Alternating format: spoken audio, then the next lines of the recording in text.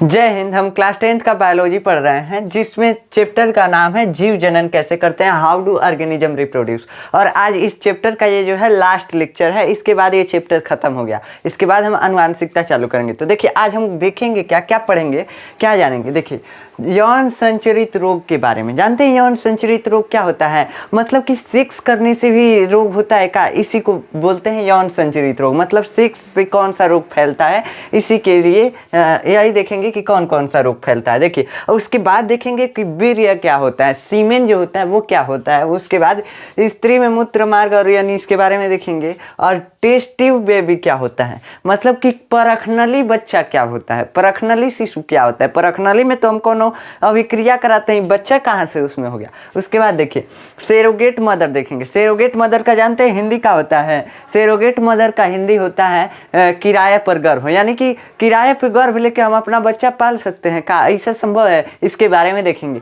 तो देखिए पहले देखते हैं कि आखिर सेक्सुअल रिलेशन बनाने से कौन कौन से रोग होते हैं। यौन संचरित रोग मतलब कि सेक्सुअल रिलेशन बनाने से ट्रांसमिटेड डिजीज, मतलब ट्रांसमिटेड डिजीज मतलब कि ट्रांसफर कौन कौन सा डिजीज हो सकता है, कौन कौन सी बीमारी ट्रांसफर हो सकती है। तो देखिए पहला जो है ना वायरस से पहले देखते हैं कि वायरस से कितने डिजीज मतलब फैल सकते हैं। जब सेक्सुअल रिलेशन बनाते हैं तो उसमें वायरस से कितने डिजीज होते हैं, इसके बारे में देखते हैं। वायरस देखे हैं ना, कोरोना वायरस, वैसे ही वायरस ये भी है, मतलब दूसरा ही वायरस है बस।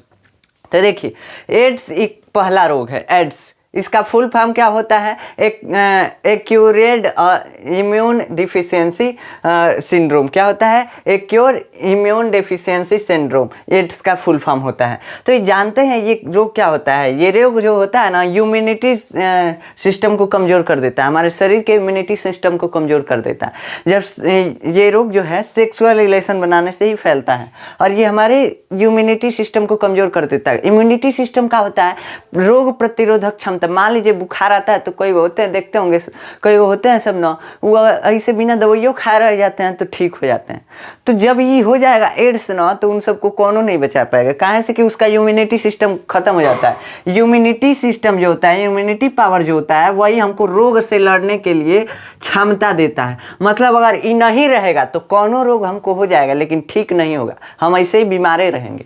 अब देखिए ये इम्यूनिटी सिस्टम को कमज़ोर कर देता है, मांसपेशियों में दर्द होता है इससे। जब एड्स होता है तो मांसपेशियों में जैसे मसल्स जो है, बाह का मसल, इसमें दर्द होने लगेगा, जहां जहां मसल मतलब है उसमें दर्द होने लगेगा, बुखार होने लगता है, शरीर पर चकत्ते बनने लगते हैं। चकत्ते मतलब समझते हैं ना, जैसे मच्छर उच्छर काटते हैं तो कहते हैं दिदोरिया गया, मतलब कि चकता चकता हो जाता है, तो उसको भोजपुरी में इसे बोलते हैं। देखिए अब शरीर पर चकत्ते बनने लगते हैं, रात में पसीना आता है, ठंडियों में रात में पसीना आने लगेगा उस व्यक्ति को जिसको एड्स हो जाएगा।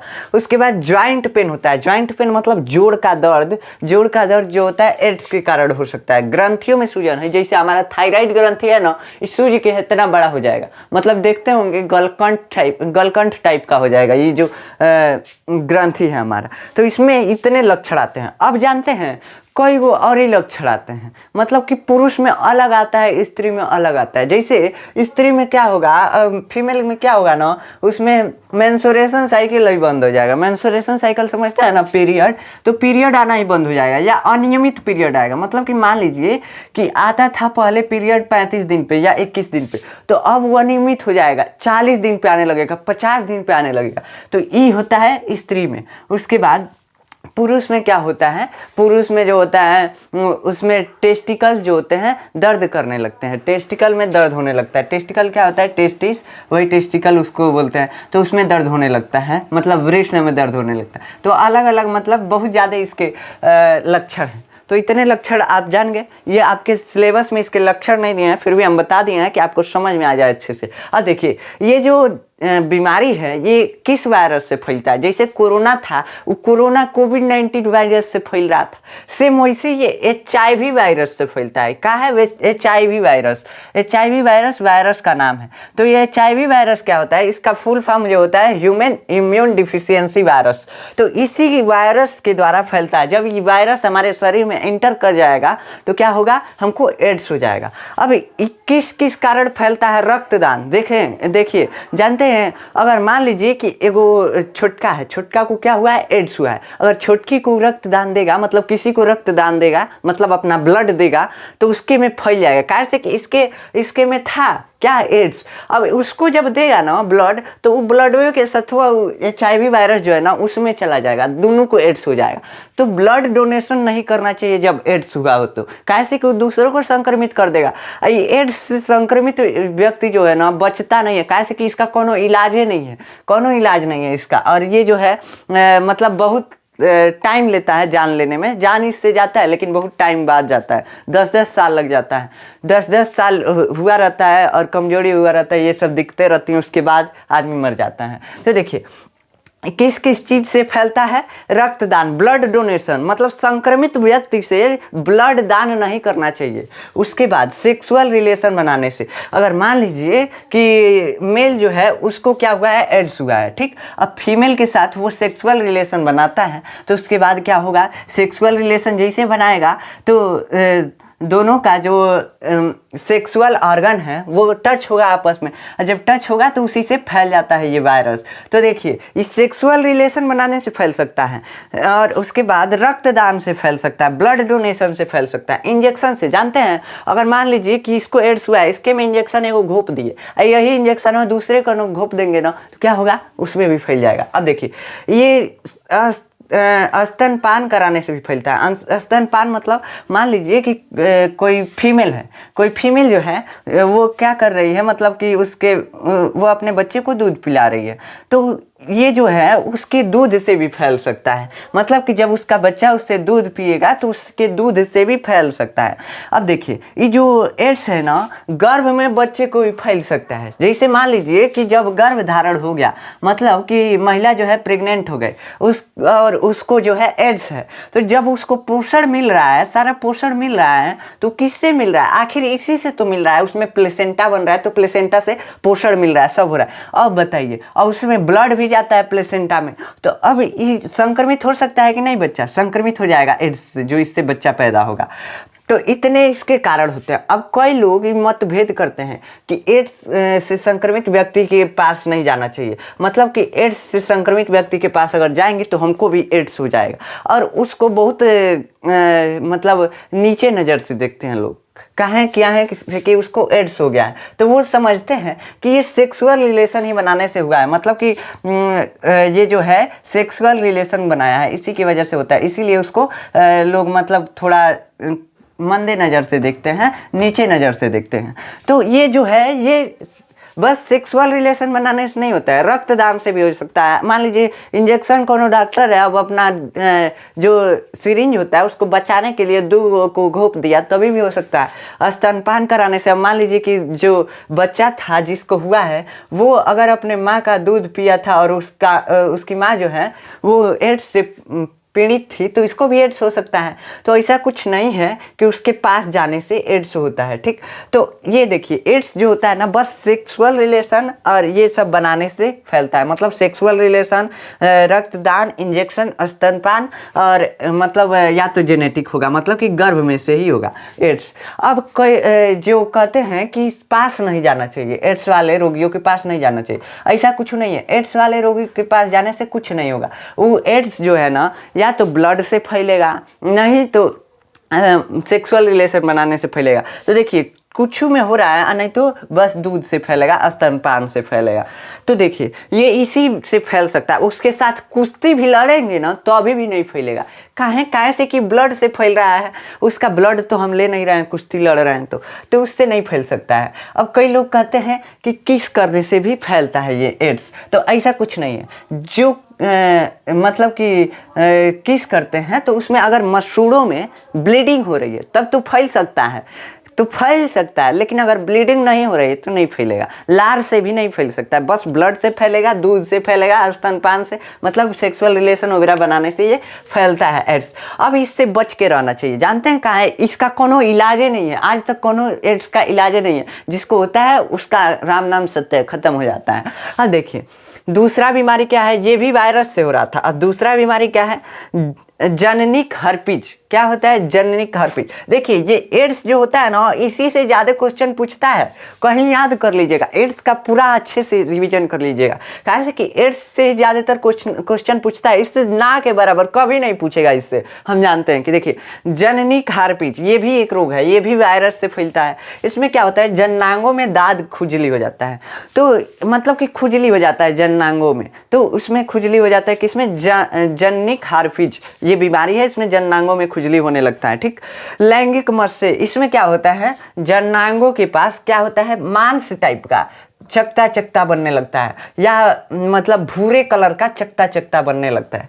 तो यही होता है क्या, लैंगिक मस्से। मस्से टाइप का मतलब मांस कलर का चकता बनने लगेगा, नहीं तो भूरे कलर का चकता बनने लगेगा, तो यही लैंगिक मस्से होता है। देखिए ये हर्पिज में क्या हो रहा था, खुजली हो रहा था, इसमें चकता बन रहा है। उसके बाद सिफिलिस। सिफिलिस क्या होता है, इसमें लाल चकते और दिमाग आंख दिल पर असर करता है। देखिए ये बीमारी होता है ना, तो ये दिमाग को भी डिफेक्ट कर सकता है, उसके बाद आँख को भी डिफेक्ट कर सकता है, और किसको, आँख को भी इफेक्ट कर सकता है, आँख पे भी प्रभाव डाल सकता है, और दिल पे भी प्रभाव डाल सकता है। और इसमें लाल चकते हो जाते हैं, शरीर पे पूरे लाल चकते हो जाएंगे, तो ये सिफिलिस है। और ये जो होता है ये किससे होता है, ये जानते हैं किससे होता है, बैक्टीरिया से। बैक्टीरिया नहीं समझते हैं, जीवाणु, ये भी एक जीव है। अभी इंटर में आप जाएंगे तो बैक्टीरिया के बारे में आप बहुत अच्छे से पढ़ेंगे, एकदम डीपली पढ़ेंगे, कौन सी से बनल है। देखिए बैक्टीरिया जो होता है ना, एक कोशिकीय जीव होता है, मतलब एक कोशिका का जीव होता है, वो हमको दिखता नहीं है, तो उसी की वजह से कौन सा फैलता है, सिफिलिस और गोनोरिया। और ये जो है सेक्सुअल रिलेशन बनाने से ही फैलता है। ये दोनों जो रोग हैं ये सेक्सुअल रिलेशन ही बनाने से फैलते हैं। ये जितने रोग हम लिखे हैं ना, सेक्सुअल रिलेशन बनाने से फैलेंगे, एकदम फैलेंगे। देखिए उसके अलावा किसी और चीज़ से नहीं फैलते हैं। अब गोनोरिया जो होता है, मूत्र त्याग के समय दर्द होता है। मतलब कि अगर किसी को गोनोरिया हुआ है, तो उसमें जब वह पेशाब करेगा तो उसको दर्द होगा। ठीक। अब देखिए ट्राइकोमोनियसिस, ये कौन सा रोग है, ट्राइकोमोनियसिस। ये जो होता है योनि में जलन होता है इससे। देखिए फीमेल का जो वेजाइना होता है उसमें ये ट्राइकोमोनियसिस रोग हो जाने से जलन होने लगता है। इसमें पेशाब में भी दिक्कत आने लगती है, मतलब कि पेशाब करने में भी दिक्कत आ सकती है ट्राइकोमोनियसिस जब रोग हो जाता है। उसके बाद कैंडिडाइसिस में क्या होता है, इसमें भी खुजली होता है, सूजन होने लगता है, घाव टाइप का बनने लगेगा। किसमें, कैंडिडाइसिस में। और छल्ले ये सब बनने लगते हैं। छल्ले मतलब समझते हैं ना, चकता चकता, जैसे मच्छरवा काटते हैं सब तो चकता चकता हो जाता है, वैसे छल्ले बनने लगेंगे। तो इसमें खुजली कैंडिडाइसिस में, और सूजन घाव छल्ले आदि बनने लगता। बस आपको इतना याद रखना है, इन्हीं याद रखेंगे ना तो ये नहीं पूछेगा। बस एड्स का याद रखिएगा, एकदम एड्स का पक्का पूछता है, एकदम हम चैलेंज दे रहे हैं। अब देखिए ये वीर्य क्या होता है, ये वीर्य जो होता है, वीर्य कुछ नहीं होता है, जिसको सीमेन बोलते हैं। देखते होंगे गाय भैंस का सीमेन लगता है। पहले मतलब भैंसे से क्रॉस कराया जाता था, लेकिन अब आर्टिफिशियल तरीके से डॉक्टर आते हैं, सीमेन लगा देते हैं, सीमेन इंजेक्ट कर देते हैं, उसके गर्भाशय में, खत्म बात, प्रेग्नेंट हो गई गाय। तो वैसे ही ये वीर्य क्या होता है, आखिर वो सीमेन इंजेक्ट क्या करते हैं, सीमेन होता क्या है जो इंजेक्ट करते हैं, क्या है। तो देखिए सीमेन कुछ नहीं होता है, हम बताए थे आपको कि नर जननांग जो होता है, टेस्टिस होता है, ऐसे दो नली निकला होता है, मतलब एक कहा वो दोनों से नली निकला होता है। इसके पहले एगो यहाँ पे ग्रंथि होती है, एगो यहाँ पे ग्रंथि होती है। ठीक। और इसके बाद एगो शुक्राशय होता है, शुक्राशय होता है ना। ठीक। तो अब शुक्राशय जो होता है और ये दोनों ग्रंथियाँ होती हैं। देखिए अभी ध्यान दीजिए, ये जो टेस्टिस है क्या करता है, वृषण जो है क्या करता है, शुक्राणु निकालता है। शुक्राणु क्या है, नर युग्मक है, मेल गैमेट है, तो शुक्राणु को बना के निकालेगा, फेंक देगा।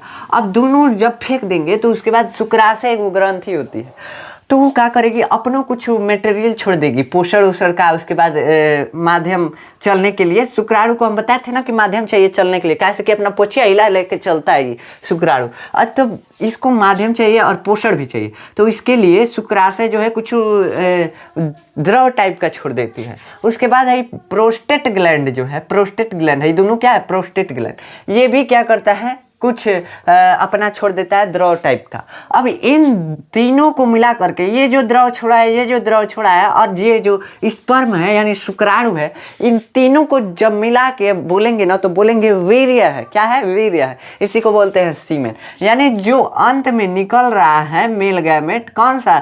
देखिए ना, सब मिला के निकलेगा। कैसे? यहाँ से जा रहा है तुरंत शुक्राशय जो अपना छोड़ दे रही है, और उसके बाद प्रोस्टेट ग्लैंड अपना छोड़ दे रहा है, सब मिल जा रहा है, मिक्स हो जा रहा है। तो जब मिक्स हो जाता है ना सब, तो उसको क्या बोल देते हैं? उसको बोल देते हैं सीमेन या वीर्य बोलते हैं। समझ में आया?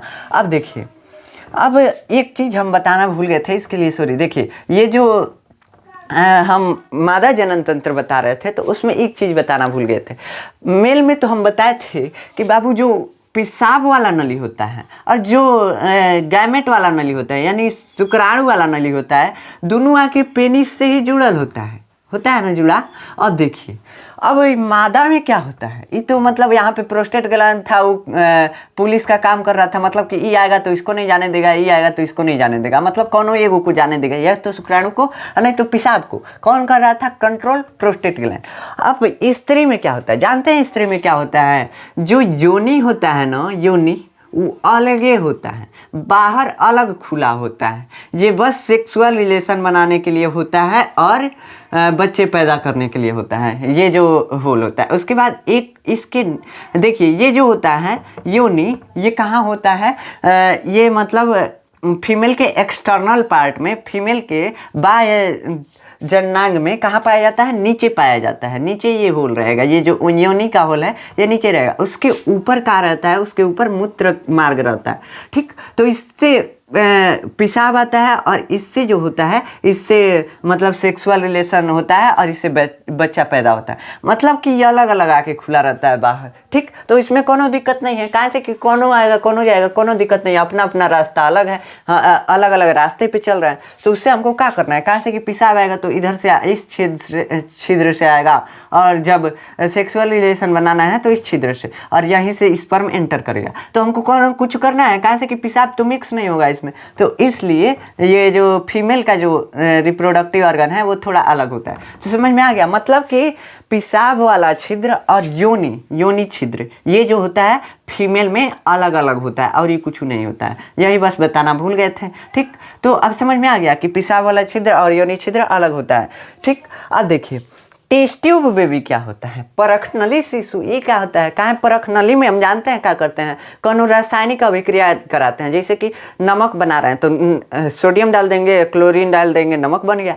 तो अब परखनली में क्या करते हैं जानते हैं? परखनली में क्या करते हैं? कभी कभी क्या होता है ना, जो मादा होती है उसका अंडाणु जो होता है ना अच्छे से मतलब अंडाशय से निकल नहीं पाता है। अंडाशय से निकल जाता है, लेकिन फेलोपियन ट्यूब में उस जगह नहीं पहुंच पाता है जहाँ की इसका निषेचन होगा, फर्टिलाइजेशन होगा। दोनों का मिलन जहाँ होता है वहाँ नहीं पहुँच पाता है, जो अंडाणु है यहाँ नहीं पहुँच पाता है, या मेल का शुक्राणु जो है वहाँ तक नहीं पहुँच पाता है, कमज़ोर होता है।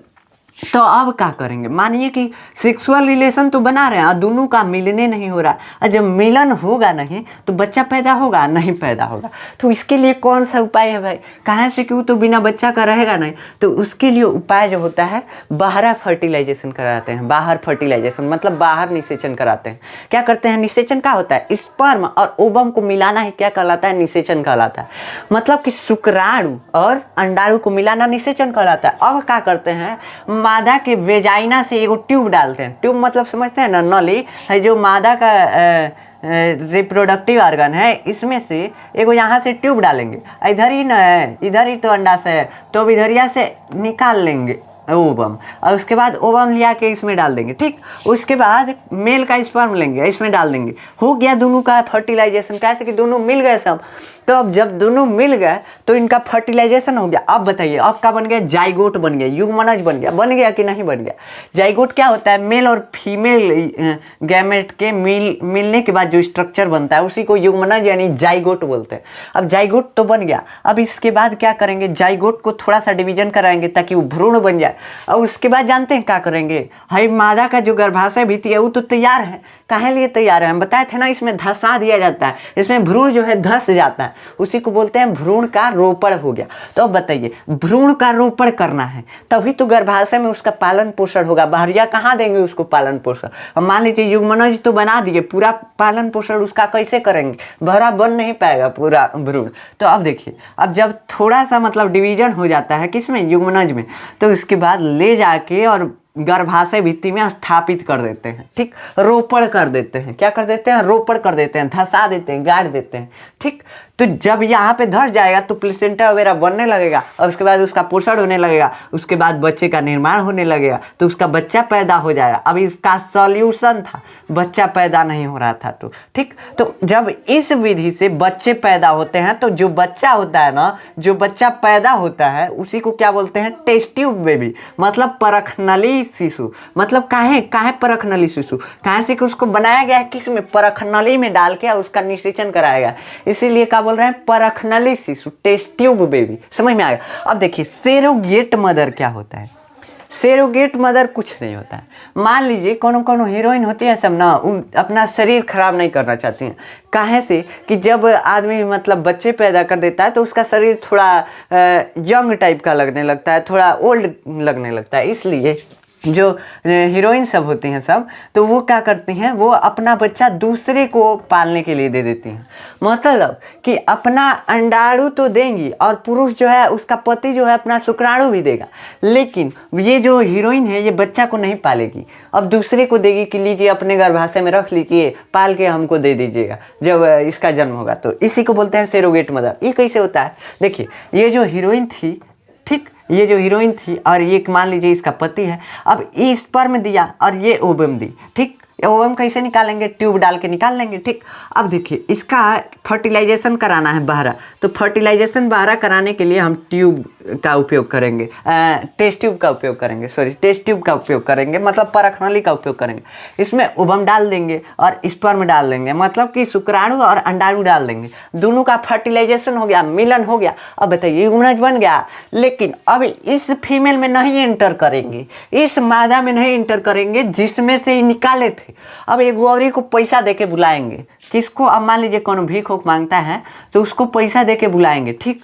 अब उसको पैसा देके बुलाएंगे तो तैयार हो जाएगा। अब क्या करेंगे, इसके वेजाइना के द्वारा इसके गर्भाशय में एंटर करा देंगे, इसके गर्भाशय में रोपण कर देंगे भ्रूण का। अब गर्भाशय को क्या मालूम कि इसका ही बच्चा नहीं है, बस इसको करना क्या है, इसको बस करना क्या था, भ्रूण का पोषण करना था गर्भाशय को। अब ये अपना काम करेगा। अब इसका बच्चा नहीं है तो इससे इसको कुछ मतलब नहीं है। जब पूरा बच्चा विकास कर लेगा तो डिलीवरी हो जाएगी, मतलब बच्चा पैदा हो जाएगा। अब देखिए बच्चा पैदा हो गया ना, तो ये बच्चा को जो है ये दोनों ले लेंगे, कहाँ से कि इन दोनों के बच्चे थे, ओवम इसका था और स्पर्म इसका था, तो बच्चा इसका हो जाएगा, बस ये तो पोषण की थी ना, तो इसका नहीं होगा। तो इसलिए इस जो जिस मदर में इसको पाले हैं ना, उसी को बोलते हैं सरोगेट मदर। क्या बोलते हैं, सरोगेट मदर, मतलब किराए पर लिया गया गर्भाशय बोलते हैं इसको हिंदी में, इस विधि को। तो अब देखिए इसमें कई दिक्कतें आ रही थी, इसलिए इस पर सरकार जो है बैन लगा दिया है। काहे, मान लीजिए बच्चा जो है विकलांग पैदा हो गया, ठीक। तो बच्चा जब विकलांग पैदा हो जाता था ना, जो हीरोइन है सब लेने से मना कर देते थे, सब कहते थे हमारा बच्चा है ये नहीं है। अब बताइए, तो इसमें दिक्कत होने लगा। उसके बाद क्या होता था, सरोगेट मदर थी ना, वो भी कभी कभी लालची बन जाती थी। अब मान लीजिए खूब सुंदर बच्चा पैदा हो गया तो ये कहती थी हमारा बच्चा है, कौन प्रूफ है कि तुम्हारा है, तो ये इसको नहीं देती थी। विकलांग पैदा हो जाता था तो ये इससे नहीं लेते थे सब। तो इसलिए सरकार जो है इस पर बैन लगा दी कि जाओ तुम लोग न लो, बैन लगा देते हैं, आप कुछ नहीं कर पाओगे, सरोगेट मदर का नियम ही नहीं रहेगा। मतलब कि कोई ऐसा नहीं कर सकता है कानून के निगरानी में, ऐसे लोग करते हैं। अब मान लीजिए जिसको पैसा की ज़रूरत होता है वो जाके कंप्लेन करेगा, नहीं कंप्लेन करेगा, वो जो होता है पैसा लेके और उसके बाद बच्चे को उसको पाल के दे देता है, ठीक। तो ये था कि क्या क्या यौन संचरित रोग यानी सेक्सुअल रिलेशन बनाने से कौन कौन से रोग फैलते हैं। उसके बाद वीर्य क्या होता है, स्त्री में योनि और मूत्र मार्ग जो होता है अलग होता है, अभी बताया है। अब उसके बाद टेस्ट टेस्ट ट्यूब बेबी क्या होता है, मतलब कि उसका निषेचन जो है टेस्ट ट्यूब में कराया जाता है परखनाली में। सेरोगेट मदर क्या होती है, इसके बारे में भी बता दिए। अब अगर आपको इसका नोट्स चाहिए तो आप जाकर व्हाट्सएप चैनल से डाउनलोड कर सकते हैं, जिसका नाम है फिजिक्स एरिया, और उसका लिंक जो है डिस्क्रिप्शन में दिया हुआ है इस वीडियो के, आप वहाँ से जाकर नोट्स डाउनलोड कर सकते हैं। अब हम नेक्स्ट लेक्चर में अपना अगला चैप्टर चालू करेंगे जिसका नाम है आनुवांशिकता एवं जैव विकास। ठीक, तो इसको नेक्स्ट लेक्चर में देखेंगे। मिलते हैं नेक्स्ट लेक्चर में, तब तक के लिए जय हिंद।